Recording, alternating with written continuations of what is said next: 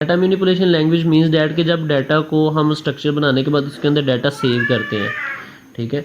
Data save करने के बाद उसके अंदर फिर हम क्यूरीज लगाते हैं डाटा को ऐड करने के लिए, ठीक है, डाटा गेट करने के लिए, डाटा को डिलीट करने के लिए, उसको अपडेट करने के लिए, मॉडिफाई करने के लिए, ठीक है। तो वो सारी हमारी आती हैं डाटा मैनिपुलेशन लैंग्वेज के अंदर, ठीक है।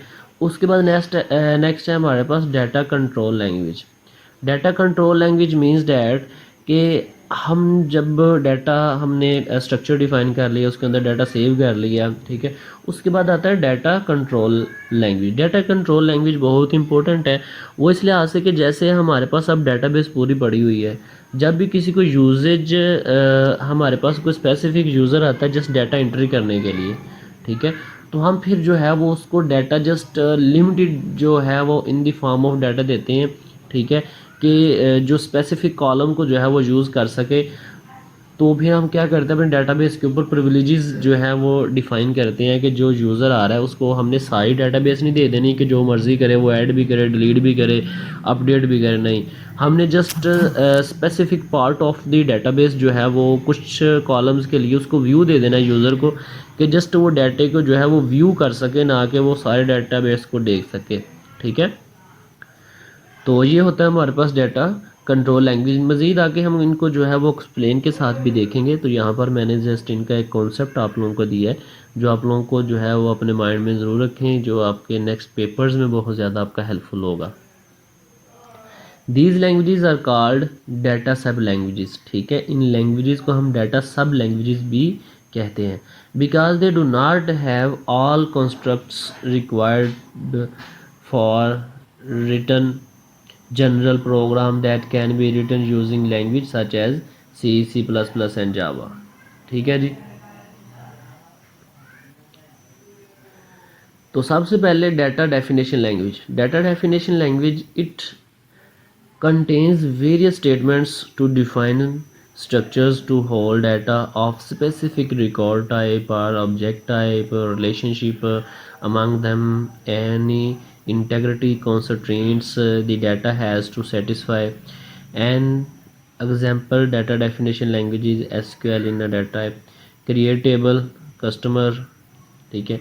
अब जैसे कि देखें हमने जब भी कोई टेबल क्रिएट करना होता है, ठीक है, तो उसके अंदर हम कॉन्स्टेंट्स अप्लाई करते हैं। कोई हमारे पास नेम वाला कॉलम है तो उसकी डाटा टाइप हम वारचार रखते हैं। अगर कोई रोल नंबर वाला कॉलम है तो उसके अंदर अगर कोई न्यूमेरिक वैल्यू सेव हो रही है तो जैसे उसकी टाइप्स जो है वो हम न्यूमेरिक रखते हैं, ठीक है। इट्स मीन्स डैट कि सब चीज़ें जो है वो डाटा डेफिनेशन लैंग्वेज के अंदर जब हम एक कोई कॉलम्स कोई डाटाबेस अपनी क्रिएट करते हैं, जब टेबल क्रिएट करते हैं तो उसके अंदर ये सारी चीज़ों को हम डिफ़ाइन करते हैं, उसको हम डाटा डेफिनेशन लैंग्वेज कहते हैं।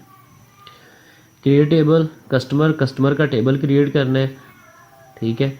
आईडी इंटीजर, ठीक है, आईडी मतलब उसकी जितनी भी होगी उस वो इंटीजर वैल्यू उसकी सेव होगी। नेम वारचार उसकी 50 लेंथ है कि 50 लेंथ तक जो है वो नेम सेव हो सकता है। उसके बाद एड्रेस है, एड्रेस भी वारचार में है, ठीक है, और उसकी जो लेंथ है वो 200 करैक्टर्स पर मुश्तमिल होगी, ठीक है जी। तो ये क्यूरी है टेबल क्रिएट करने की। This statement creates a structures for a table called customers, ठीक, कस्टमर के नाम से यहाँ पर एक टेबल का स्ट्रक्चर बन जाएगा which has columns ID name and address for an relational database management tables database.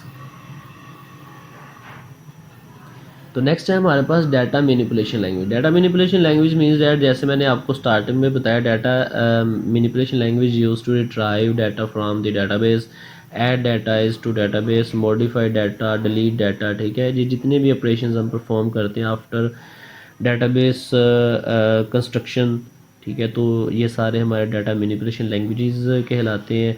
This part of use to retrieve data is called query language, ठीक है। इस पार्ट को हम क्यूरी लैंग्वेजेस भी कहते हैं क्योंकि मोस्ट ऑफ द क्यूरीज जो हैं वो इसके अंदर यूज़ की जाती हैं। An example database manipulation language statements for adding data as follows, ठीक है।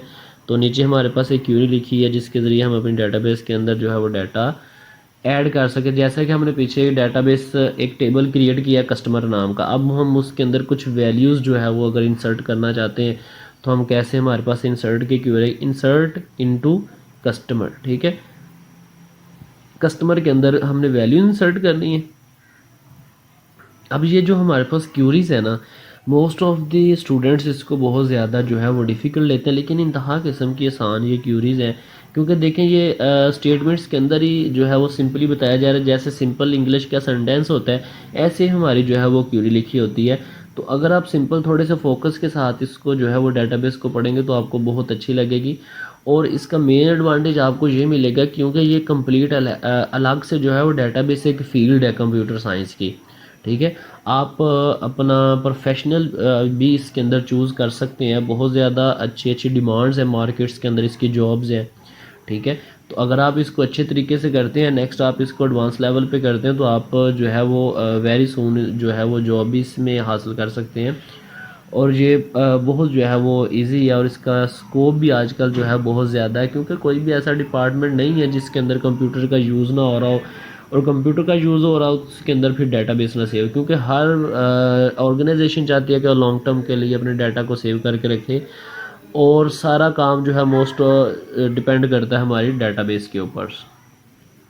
तो इसलिए थोड़े से फोकस के साथ आप इसकी गुड अंडरस्टैंडिंग जो है वो उसको हासिल कर सकते हैं। तो इंसर्ट क्या है, इंसर्ट करें किसके अंदर, इनटू किसके अंदर, कस्टमर्स के अंदर। वैल्यूज़, कौन सी वैल्यू, जैसे फर्स्ट हमारे पास कॉलम था आईडी का, तो वहाँ पर आईडी 1 आ गई। तो नेक्स्ट हमारे पास कॉलम था नेम का, तो वहाँ पर हमारे पास अकील आ गया। तो नेक्स्ट हमारे पास उसका कोई आई थिंक एड्रेस था। ठीक है जी, तो एड्रेस आ गया। सेकंड सी, नेक्स्ट हमारे पास उसका कोई भी ले लें, कोई रोल नंबर था या उसका पर्सनल कोई आईडी था। नेक्स्ट एड्रेस जो है वो नेक्स्ट डिफाइन किया गया। सेकंड सी, मेन रोड 8 ब्लॉक। ठीक है,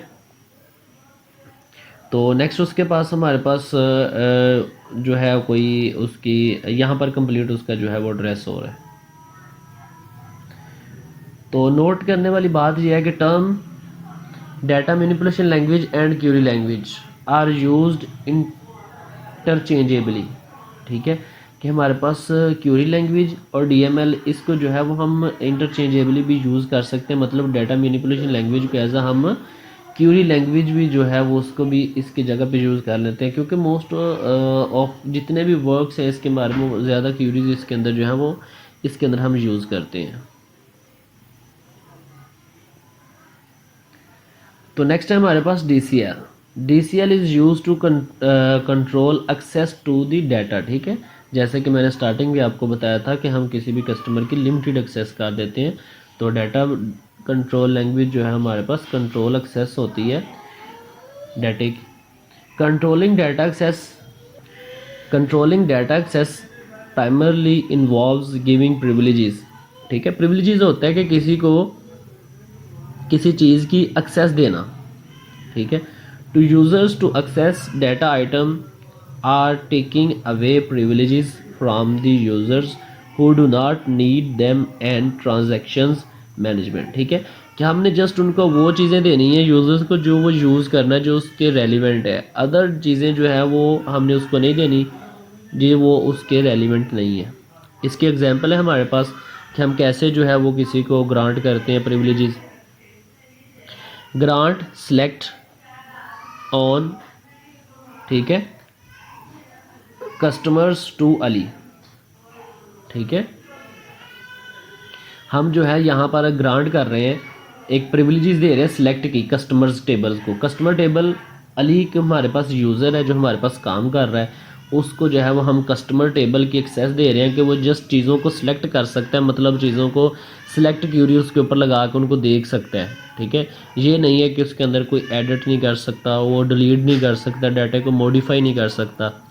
ठीक है, तो इस वजह से हमारा डाटा जो है वो काफ़ी सेव रहता है कि जो उस पर्सन को जो चीज़ें दी गई हैं उसी को वो काम करेगा, दूसरा काम उसके रेलिवेंट, क्योंकि जो काम उसके रेलिवेंट नहीं है अदर पर्सनस के, तो डेफिनेटली उसमें जो है वो एरर के चांसेस बनेंगे और वो उसका मिस यूज़ भी कर सकता है। तो इसलिए हमें जो है वो डाटा को कंट्रोल भी करना बहुत ज़्यादा ज़रूरी होता है, ताकि वही काम करें जो वो उसके रेलिवेंट है, अदर काम से हम उसको अवॉइड करें। तो नेक्स्ट हमारे पास है database languages. There are not many languages propose such as unlike regular programming language. यहाँ जैसे हमारी रेगुलर प्रोग्रामिंग लैंग्वेज है C++, जावा, कबोज, बंटो, पता नहीं कितनी ज़्यादा लैंग्वेजेस हैं उसके अंदर, लेकिन डेटाबेस की इतनी ज़्यादा जो है वो लैंग्वेज नहीं, सम स्पेसिफिक लैंग्वेजेस हैं। Some of the languages implemented by the database products are as follow. SQL structure query language most important, top of the ranks, ठीक है, मोस्ट वाइडली यूज है। QUEL query languages, QBEL query by examples, ठीक है, ये Curie language है। Next इनको जो है हम डिटेल के साथ देखते हैं। तो सबसे पहले हमारे पास स्ट्रक्चर क्यूरी लैंग्वेज है। Structure query languages are SQL is the most widely important and used language for the relational database management system. SQL covers, SQL के अंदर हम जिन की चीज़ों को कवर करते हैं, DDL को भी, DML को भी एंड DCL को भी, ठीक है, और अदर जो जितनी भी हमारे पास लैंग्वेजेस हैं उनके अंदर हम तीनों को कवर नहीं करते, वो some specific part of this language को के ऊपर काम करते हैं। There are international standard for the languages, इसकी कुछ हिस्ट्री जो है वो नीचे डिफाइन की गई है।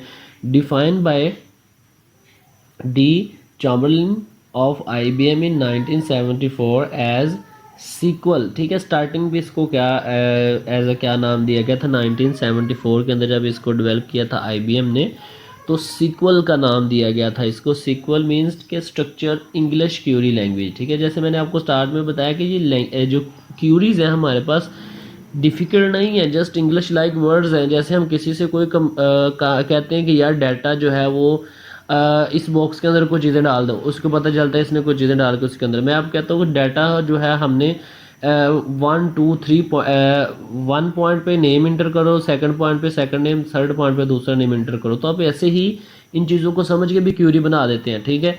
कि मैं कहता हूँ insert into values, name first में है, सेकंड में, थर्ड में, ठीक है। मतलब just you have to understand this syntax of this language, ठीक है। जब आपको सिंटैक्स की समझ आ गई, तो जब आपको ये समझ आ गई कि डेटाबेस जो है वो कैसे क्यूरीज के ऊपर काम कर रही होती है, ये क्यूरीज के अंदर कौन कौन सी चीज़ें जो है इंपॉर्टेंट होती हैं, ठीक है, तो फिर जो है वो आप अपनी खुद भी क्यूरीज को जो है वो क्रिएट कर सकते हैं। अपने खुद से क्यूरीज क्रिएट करके अपने डेटाबेस जो है डेटाबेस से आप डाटा जो है वो गेट कर सकते हैं, ठीक है। तो एज रिवाइज वर्जन जो उसके बाद आया सीक्वल के बाद, सीक्वल 2 आया, वाज डिफाइंड 1976 के अंदर, and the name was change to SQL for legal reasoning, ठीक है। तो फिर उसके बाद उसका नेम जो है वो चेंज हुआ 1976 के अंदर SQL, जिसको हम स्ट्रक्चर क्यूरी लैंग्वेज कहते हैं।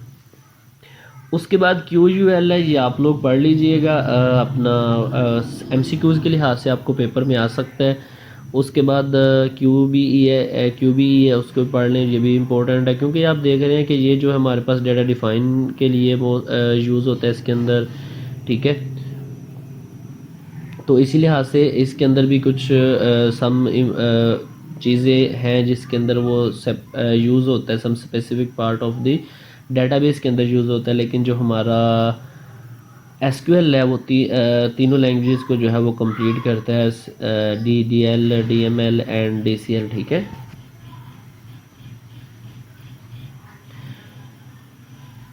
तो यहाँ तक था हमारा आज का लेक्चर डेटाबेस लैंग्वेजेस के ऊपर, बहुत ज़्यादा इंपॉर्टेंट है। आप इसको रिपीट कर करके देखें, जहाँ पर आपको नहीं समझ आएगी, अगर फिर भी समझ नहीं आती तो आप क्वेश्चन करें, क्योंकि अगर इन चीज़ों की आपको समझ नहीं आएगी कि तो जब मैं डेटाबेस के ऊपर स्किप करूँगा, ठीक है, तो वहाँ पर फिर आपको जो है वो काफ़ी ज़्यादा कन्फ्यूजन होगी। तो अब भी किसी को नहीं समझ आई तो वो कमेंट करके पूछे। थैंक्स फॉर वॉचिंग, अल्लाह हाफिज़।